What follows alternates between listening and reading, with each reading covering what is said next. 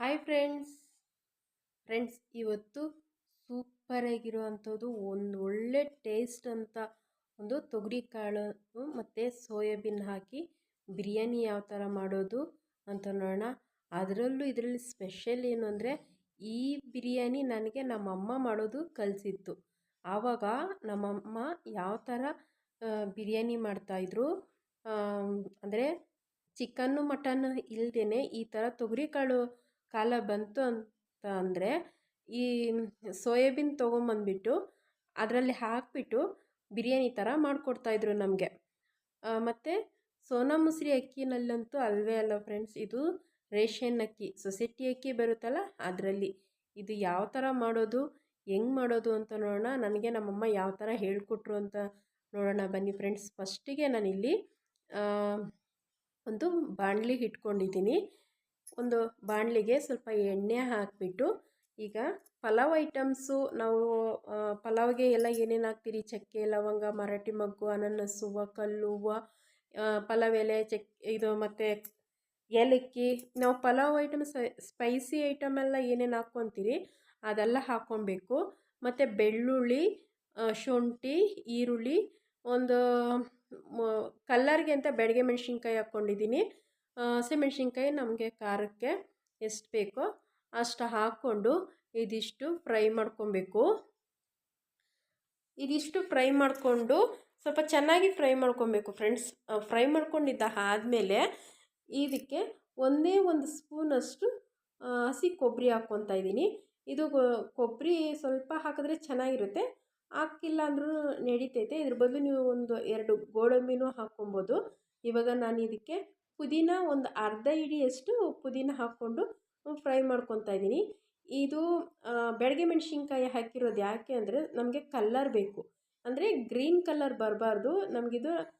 ಈ ಥರ red colour ಬೇರೆ ಕಲರ್ ಬರುತ್ತೈತಲ್ಲ ಆ ಥರ ಬರಬೇಕು. ನಮ್ಮಮ್ಮನೂ ಹೀಗೆ ಮಾಡ್ತಾಯಿದ್ದು, ಅದನ್ನ ನಾನು ನಿಮ್ಮ ಹತ್ರ ಶೇರ್ ಮಾಡ್ಕೊತಾ ಇದ್ದೀನಿ.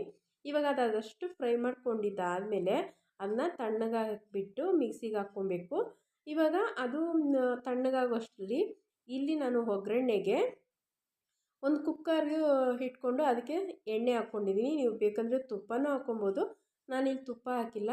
ಮತ್ತು ಈ ಪಲಾವ್ ಎಲೆ ಎಣ್ಣೆಗೆ ಸ್ವಲ್ಪ ಎಣ್ಣೆ ಹಾಕ್ಕೊಂಡು ಎಣ್ಣೆ ಕಾದ್ಮೇಲೆ ಪಲಾವ್ ಎಲೆ ಹಾಕ್ಕೊಂಡಿದ್ದೀನಿ, ಕಲ್ಲುವ ಮತ್ತು ಸ್ವಲ್ಪ ಸೋಂಪು ಮತ್ತು ಒಂದು ಸ್ವಲ್ಪ ಜೀರಿಗೆ, ಇದಿಷ್ಟು ಹಾಕ್ಕೊಂಡು ಇನ್ನು ಬೇರೆ ಸ್ಪೈಸಿ ಐಟಮ್ ಎಲ್ಲ ಏನೂ ಹಾಕ್ಕೊತಾ ಇಲ್ಲ. ಯಾಕೆಂದರೆ ಎಲ್ಲ ರುಬ್ಬಕ್ಕೆ ಹಾಕ್ಕೊಂಡಿರ್ತೀರಲ್ಲ ಫ್ರೆಂಡ್ಸ್, ಅದೇ ಸಾಕು, ಬೇರೆ ಯಾವುದು ಹಾಕೋದು ಒಗ್ಗರಣೆಗೇನು ಬೇಕಾಗಿಲ್ಲ. ಇವಾಗ ನಾನು ಈರುಳ್ಳಿ ಕಟ್ ಮಾಡಿ ಇಟ್ಕೊಂಡಿದ್ದೆ, ಈರುಳ್ಳಿನೂ ಹಾಕಿ ಅದನ್ನ ಸ್ವಲ್ಪ ಚೆನ್ನಾಗಿ ಫ್ರೈ ಮಾಡ್ಕೊಬೇಕು. ಅದು ಫ್ರೈ ಆದಮೇಲೆ ನಾನಿಲ್ಲಿ ಟೊಮೊಟೊನ ಸ್ವಲ್ಪ ಜಾಸ್ತಿನೇ ಹಾಕ್ಕೊತಾ ಇದ್ದೀನಿ, ಚೆನ್ನಾಗಿರ್ತೈತೆ ಟೊಮೊಟೊ ಹಾಕೋದ್ರಿಂದ. ಮತ್ತು ಕ್ಯಾಪ್ಸಿಕಮ್ ಹಾಕ್ತಾಯಿದ್ದೀನಿ, ಕ್ಯಾಪ್ಸಿಕಮ್ಮು ಅಷ್ಟೇ ತುಂಬ ಚೆನ್ನಾಗಿರ್ತೈತೆ. ಬೇಕು ಅಂದರೆ ನಾವು ಇದಕ್ಕೆ ನಮ್ಗೆ ಬೇಕಾಗಿರೋ ತರಕಾರಿ ಎಲ್ಲ ಹಾಕ್ಕೋಬೋದು, ಆದರೆ ನಾನು ಹಾಕ್ತಾಯಿಲ್ಲ. ನಮ್ಮ ತಾಯಿ ಆವಾಗ ಹೆಂಗೆ ಮಾಡಿದ್ರು ನಾನು ಅದೇ ರೀತಿಯೇ ನಿಮಗೆ ತೋರಿಸ್ತಾ ಇದ್ದೀನಿ ಅಷ್ಟೇ. ನಿಮಗೆ ಬೇಕು ಅಂದರೆ ಆ ಥರನೇ ಹಾಕ್ಕೊಬೋದು. ಇವಾಗ ಕ್ಯಾಪ್ಸಿಕಮ್ಮು ಟೊಮೊಟೊ ಈರುಳ್ಳಿ ಇದು ಸ್ಪೈಸಿ ಐಟಮ್ ಎಲ್ಲ ಏನು ಹಾಕಿದ್ರು ಅದೆಲ್ಲ ಫ್ರೈ ಮಾಡಿಕೊಂಡು ಒಂದು ಕಪ್ಪಾಗಷ್ಟು ತೊಗರಿ ಕಾಳು ಹಾಕ್ಕೊತಾ ಇದ್ದೀನಿ. ಈ ತೊಗರಿ ಕಾಳನ್ನು ಹಾಕ್ಕೊಂಡು ಅದರಲ್ಲಿ ಫ್ರೈ ಮಾಡ್ಕೊತಾ ಇದ್ದೀನಿ. ಇವಾಗ ಚೆನ್ನಾಗಿ ಫ್ರೈ ಮಾಡ್ಕೊಂಡಿದ್ದ ಆದಮೇಲೆ ಸೋಯಾಬೀನ್ನ ಫಸ್ಟೇ ನಾನು ಬಿಸಿನೀರಲ್ಲಿ ನೆನೆಸು ನೀಟಾಗಿ ತೊಳೆದು ಇಟ್ಕೊಂಡಿದ್ದೆ. ಇವಾಗ ಒಂದು ಕಪ್ಪಾಗಷ್ಟು ಸೋಯಾಬೀನ್ನ ಹಾಕ್ಕೊತಾ ಇದ್ದೀನಿ. ಇದು ಚಿಕ್ಕದು ಬರ್ತೈತಲ್ಲ ಫ್ರೆಂಡ್ಸ್ ಸೋಯಾಬೀನು, ಅದನ್ನ ಹಾಕ್ಕೊಂಡು ಇವಾಗ ಚೆನ್ನಾಗಿ ಅದನ್ನ ಫ್ರೈ ಮಾಡ್ಕೊತಾ ಇದ್ದೀನಿ ಎಣ್ಣೆನಲ್ಲೇ. ಇವಾಗ ಇದನ್ನ ಚೆನ್ನಾಗಿ ಫ್ರೈ ಮಾಡ್ಕೊಂಡಿದ್ದ ಆದಮೇಲೆ ಇದಕ್ಕೆ ನಾನು ಆವಾಗಲೇ ಎಲ್ಲ ಮಸಾಲೆ ಐಟಮ್ ಎಲ್ಲ ಏನು ಫ್ರೈ ಮಾಡಿಕೊಂಡು ರುಬ್ಕೊಬೇಕು ಅಂತ ಹೇಳಿದ್ನಲ್ಲ ಅದನ್ನ ರುಬ್ಕೊಂಬಂದಿದ್ದೀನಿ. ಇವಾಗ ನೋಡಿ ಅದನ್ನ ರುಬ್ಬಿರೋ ಮಸಾಲೆನೆಲ್ಲ ಇದಕ್ಕೆ ಹಾಕ್ಕೊಂಡು ಇವಾಗ ಫ್ರೈ ಮಾಡ್ಕೊಳ್ಳೋಣ. ಅಂದರೆ ಜಾಸ್ತಿ ಏನು ಫ್ರೈ ಆಗೋದೇನು ಬೇಡ, ಯಾಕೆಂದರೆ ನಾವು ಆಲ್ರೆಡಿ ಫ್ರೈ ಮಾಡ್ಕೊಂಡಲ್ವ ರುಬ್ಬಿರೋದು, ಹಂಗಾಗಿ ಇದಕ್ಕೆ ಇವಾಗ ಸ್ವಲ್ಪ ಅರಿಶಿನ ಹಾಕ್ಕೊತಾ ಇದ್ದೀನಿ. ಇನ್ನು ಯಾವುದೇ ರೀತಿ ಮಸಾಲ ಪುಡಿಗಳೆಲ್ಲ ಏನೂ ಹಾಕಲ್ಲ. ಇಷ್ಟೇ ಫ್ರೆಂಡ್ಸ್, ಇದಂತೂ ಸೂಪರ್ ಟೇಸ್ಟ್ ಅಂತಲೇ ಹೇಳ್ಬೋದು. ಇವಾಗ ಸ್ವಲ್ಪ ಅರಿಶಿನನೂ ಮತ್ತು ನಮಗೆ ರುಚಿಗೆ ಎಷ್ಟು ಬೇಕೋ ಅಷ್ಟು ಉಪ್ಪು ಹಾಕ್ಕೊಂಡು ಚೆನ್ನಾಗಿ ಮಿಕ್ಸ್ ಮಾಡ್ಕೊತಾ ಇದ್ದೀನಿ. ಈಗ ಇದನ್ನು ಮಿಕ್ಸ್ ಮಾಡಿಕೊಂಡು ನಮಗೆ ಮಿಕ್ಸಿ ಅಂದರೆ ಮಸಾಲೆ ಏನು ರುಬ್ಬಿರ್ತೀರಲ್ವ ಆ ಮಸಾಲೆ ನೀರನ್ನ ನಮ್ಗೆ ಎಷ್ಟು ಬೇಕೋ ಅಷ್ಟು ಹಾಕ್ಕೊಂಡು ನಮ್ಗೆ ಅಳತೆಗೆ ಇಕ್ಕೊಬೇಕು. ಈಗ ಸ್ವಲ್ಪ ಮೊಸರು ಹಾಕ್ಕೊತಾ ಇದ್ದೀನಿ. ಗಟ್ಟಿ ಮೊಸರು ಇದ್ದರೆ ಹಾಕ್ಕೊಳ್ಳಿ. ನಾನಿಲ್ಲಿ ಗಟ್ಟಿ ಮೊಸರು ಹಾಕ್ತಾಯಿಲ್ಲ. ಸ್ವಲ್ಪ ನೀರು ನೀರಾಗಿತ್ತು ಅದೇ ಮೊಸರನ್ನೇ ಹಾಕ್ಕೊಂಡು ಮಿಕ್ಸ್ ಮಾಡ್ಕೊತಾ ಇದ್ದೀನಿ. ಇವಾಗ ನಮ್ಗೆ ಅಳತೆಗೆ ಎಷ್ಟು ನೀರು ಬೇಕೋ ಅಷ್ಟು ಹಾಕ್ಕೊಳ್ಳೋಣ. ನಾನು ಮಾಡ್ತಾ ಇರೋದು ಮತ್ತು ರೇಷನ್ ಅಕ್ಕಿನಲ್ಲಿ. ರೇಷನ್ ಅಕ್ಕಿ ಅಂದರೆ ಅದು ತುಂಬ ಚೆನ್ನಾಗೈತೆ ಫ್ರೆಂಡ್ಸ್. ಮುದ್ದೆ ಕಟ್ಟಲ್ಲ. ಸೇಮ್ ನಾವು ಸೋನಾ ಮಸೂರಿ ಅಕ್ಕಿನಲ್ಲಿ ಮಾಡ್ತೀರಲ್ಲ ಅದೇ ಥರನೇ ಮಾಡೋದು. ಯಾಕೆ ಅಂದರೆ ಆವಾಗ ನಮ್ಮ ತಾಯಿನೂ ಅದರಲ್ಲೇ ಮಾಡಿದ್ದು. ಅದಕ್ಕೆ ನಾನು ಅದರಲ್ಲೇ ಮಾಡಿ ತೋರಿಸೋಣ ನಿಮಗೆ ಅಂತಂದ್ಬಿಟ್ಟು ನಾನು ಇವಾಗ ಅದರಲ್ಲೇ ಮಾಡ್ತಾ ಇರೋದು. ನೋಡಿ ಇವಾಗ ನಾನು ನೀರು ನಮಗೆ ಅಕ್ಕಿ ಎಷ್ಟು ತೊಗೊಂಡಿದ್ರೋ ಅಷ್ಟು ನೀರು ಹಾಕ್ಬಿಟ್ಟು ಅದನ್ನ ಕುದಿಯೋದಕ್ಕೆ ಬಿಡ್ತಾಯಿದ್ದೀನಿ. ಇವಾಗಲೇ ಉಪ್ಪು ಖಾರ ನೋಡ್ಕೊಬೇಕು. ಅಕ್ಕಿನ ನೀಟಾಗಿ ತೊಳೆದು ಇವಾಗ ಕುದೀತಾ ಇರೋವಂಥ ಮಸಾಲೆ ನೀರಿಗೆ ಹಾಕ್ಕೊತಾ ಇದ್ದೀನಿ. ಇದನ್ನ ಹಾಕ್ಕೊಂಡು ಇವಾಗ ಮಿಕ್ಸ್ ಮಾಡ್ಕೊಳ್ಳೋಣ. ಅಕ್ಕಿ ಹಾಕಿಬಿಟ್ಟು ಕುಕ್ಕರ್ ಮುಚ್ಚಳ ಹಂಗೆ ಮುಚ್ಚಬಾರ್ದು ಫ್ರೆಂಡ್ಸ್. ಸ್ವಲ್ಪ ಹೊತ್ತು ಬಿಡಬೇಕು ಅದನ್ನ. ಯಾಕಂದರೆ ತಳ ಅಂಟ್ಬಿಡ್ತೈತೆ. ರೇಷನ್ ಅಕ್ಕಿ ಅಲ್ವಾ, ತಳ ಅಂಟ್ಬಿಡ್ತೈತೆ. ಅದಕ್ಕೆ ಅದು ಸ್ವಲ್ಪ ಹೊತ್ತನ್ನ ಹಾಗೆ ಬಿಟ್ಬಿಡಬೇಕು. ಇವಾಗ ಆವಾಗವಾಗ ನಾವು ಕೈ ಆಡಿಸ್ತಾನೆ ಇರಬೇಕು. ಕುಕ್ಕರ್ ಮುಚ್ಚಳ ಮುಚ್ಚಿದ ಮುಂಚೆ ಸ್ವಲ್ಪ ಇಲ್ಲೇ ನಾವು ಒಂದು 0.5% ಬೇಯಿಸ್ಕೊಬೇಕು ಫ್ರೆಂಡ್ಸ್. ಅಕ್ಕಿ ಮತ್ತು ಮಸಾಲೆ ಅದೇನಿರುತ್ತೋ ಅದು. ಇವಾಗ ನನಗೆ ಸ್ವಲ್ಪ ಸಪ್ಪೆ ಅಂತ ಅನಿಸ್ತು. ಅದಕ್ಕೆ ಉಪ್ಪು ಹಾಕ್ಕೊಂಡು ತಿರ್ಗಾ ಚೆನ್ನಾಗಿ ಮಿಕ್ಸ್ ಮಾಡ್ಕೊತಾ ಇದ್ದೀನಿ. ಮನೆಯೆಲ್ಲ ಒಂಥರ ಬಿರಿಯಾನಿ ಸ್ಮೆಲ್ಲೇ ಬರ್ತಾಯಿತ್ತು, ಅಷ್ಟು ಚೆನ್ನಾಗಿತ್ತು ಫ್ರೆಂಡ್ಸ್.